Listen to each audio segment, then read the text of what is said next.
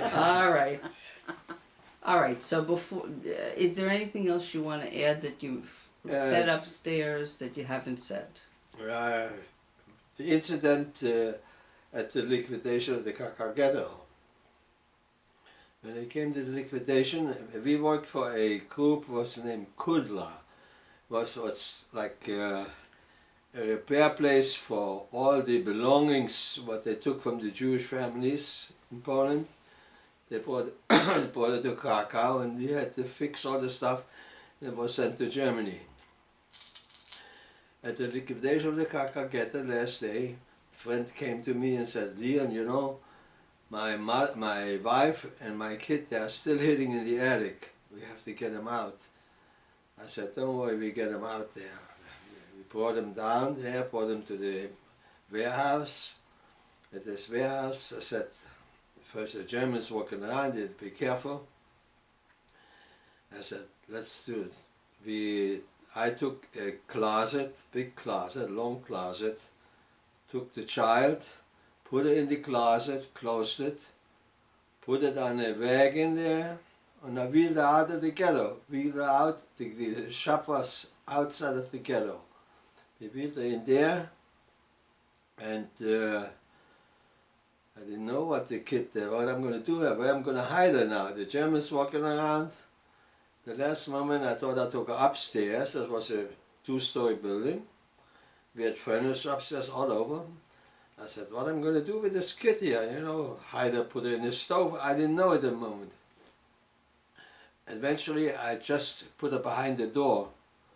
All of a sudden this German approaches me and asks me in German, Grün, was machen Sie hier? Which means, what are you doing here? I said, I'm fixing this lock here, you know.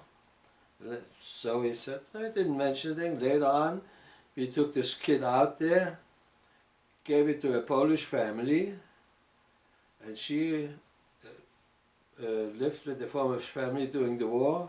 After the war, I come to my friend, and he said, Leon, do you want to visit my girlfriend? I said, oh, yeah, I'll go with you. We go to her apartment, and this little girl standing there, and I didn't realize at the moment, until her father walked in. I realized this is the girl which I took out from there. Unfortunately, her mother was taken away and killed. And she's today probably in Belgium. You know, she's her mother herself. That's a great story.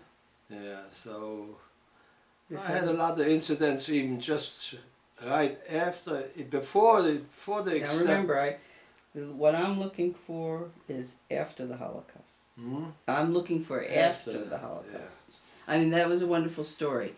But for me, I'm looking for Binder Michel primarily, or Ebelsberg. Right. You know, I know that you can give me plenty of stories from the Holocaust, but the research is primarily, so if you can think of anything, if not, we'll close the...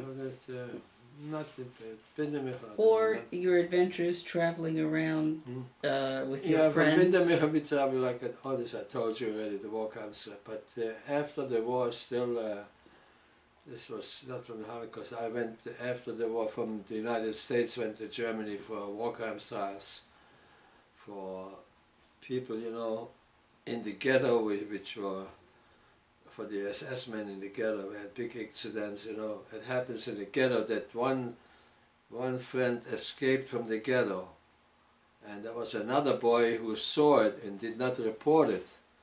So the SS men came and said, because you didn't report it, you come in the backyard there. We all worked in the backyard, and we all worked in the ghetto this time, had to stand there around the circle, and he shot him there. He had to shoot twice because the gun didn't get off there, and finally he killed him.